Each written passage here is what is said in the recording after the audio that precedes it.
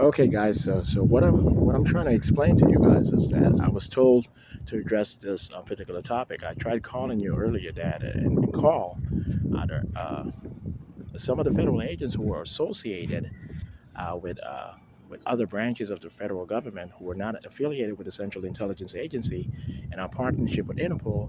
They were offended by what I communicated about some of the athletes, the professional athletes that they actually work with.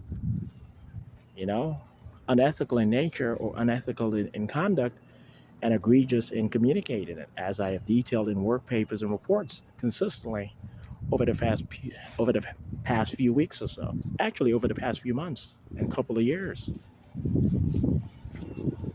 Okay, they were offended that I said that to these athletes, life is a game.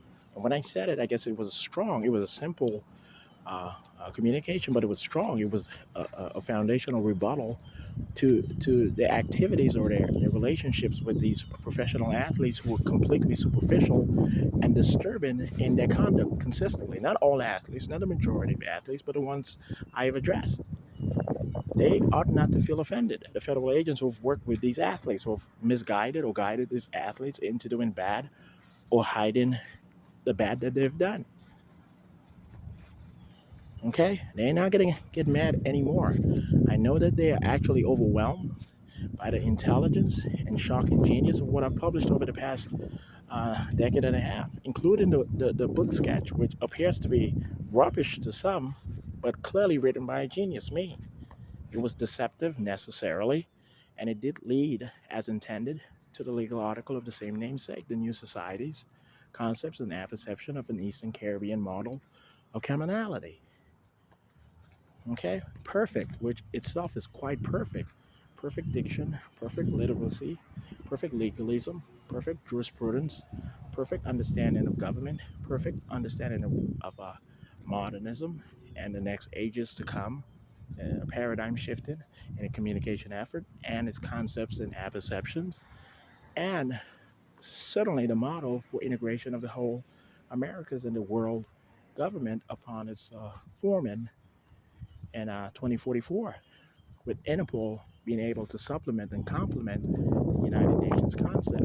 Interpol is a General Assembly's parliament per se. Uh, they're certainly going to take up the legislative policy, the legislative policy or legislature uh, concept or arrangement or sort of design created by me. Okay, legislative policy parliament or legislative policy council or legislative policy legislature. A bit completely formal, but based on the application of policy in adherence to constitutional and statutory law of the particular region, of the particular continent, or the United Nations General Assembly as the future United Nations General Assembly, also colloquially known as World Congress or the World Congress. Okay, so what I did publish today on LinkedIn, intended as addressed to my dad, Chris McClay John, and my step uncle, Carl Lawrence Chen, uh, was requested published on LinkedIn so that everyone would know that communication efforts, even though some of it might have sounded a bit obscure or a bit covert in nature, were discreet and ethical, not unethical, and ethical. They were completely lawful, based on constitutional principles, constitutional interpretations, statutory law, and policy in adherence to all of these. Okay, competent constitutional interpretation. So I was eating earlier when I recorded the initial video recording. So it might have sounded a bit chopped up, and I did intend for it to be a bit more obscure and a bit more uh, difficult to understand if you do not know what I'm speaking on, if you're not privy to operations and our negotiations with Interpol and other federal agencies and the governments of other countries separately. Yes, I am the chief manager of the United States in its system. I really am. Okay, and its partnerships. Secretly, I do run the United Nations. That's the truth. But I'm not going to be offensive in communicating that. I'm not going to be braggadocious or braggadocious. I'm not going to be arrogant. I'm not going to be uh, exotic, eccentric in doing in communicating that I am the effectual director and manager of the United Nations, including every member government of the United Nations General Assembly, the United Nations in general. What I've done over the past 10, 15 years, the hard work and being so humble and having to work at a homeless shelter for 5 months and working on a daily basis, writing up reports and volunteering and keeping the place neat and appropriate and proper in conduct, and having to instruct the arrest of workers and clients of that particular homeless shelter and charities throughout, and having to place myself at risk like that. Okay, I did not condone criminality. Having to be forced out of the house, not the house, it was certainly not a house. I just said the house. Having to be forced out of one of the charity buildings, actually the homeless shelter that I was working at, that I was auditing, and for a night or two, I guess separate nights, I'm trying to recall, and I had to cry. I eventually I figured out, oh, so that's what they had planned for me. My training managers, I needed to know exactly what the American people are going through. Okay, so yes, I was 12 years a field slave or field agent of the Central Intelligence Agency based on volunteer work. I volunteered for that in hiding that I actually was and still am the boss of the Central Intelligence Agency.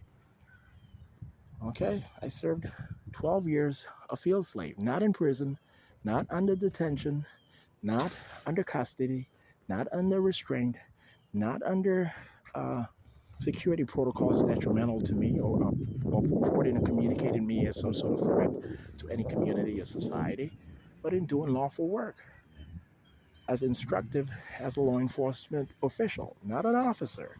I don't carry any weapons. I'm not a physical person when engaging criminals or accused individuals or offenders or parolees and stuff, as I've done in the past, in trying to be genuine to the community and introduce an integration as plans and projects and community development projects also. Completely coherent and completely in correspondence with the basic principles of human development and humanism. Okay, so I'm not worried about what folks are going to think on this particular matter. Okay, I have never been a drug dealer. I've never been a junkie. I've never been, uh, I've never, and yes, and I promise you, 12 Years a Slave, the movie was created for me to be able to get through the psychological trauma I went through after having to do that sort of work. It was not gruesome conditions, in all honesty. I had to make sure that my $10 million trust fund and estate accounts would be protected from offensive audit when it was finally released in mid 2024 or just a bit later, as intended. I did a lot of work to make sure that I earned my keep, my earned ever since childhood and up to this point.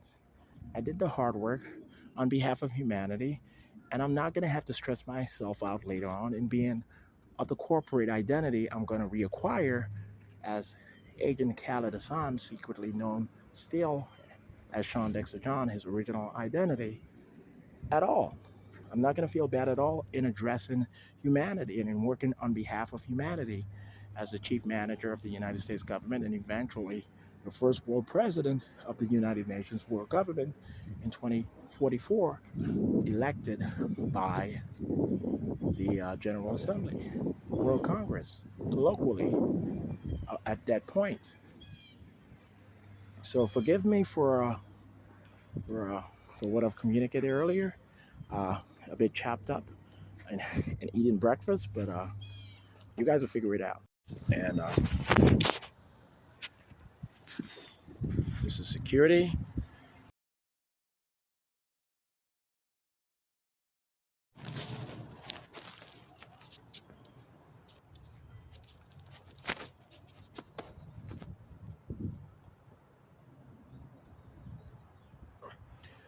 Oh my God, Jesus.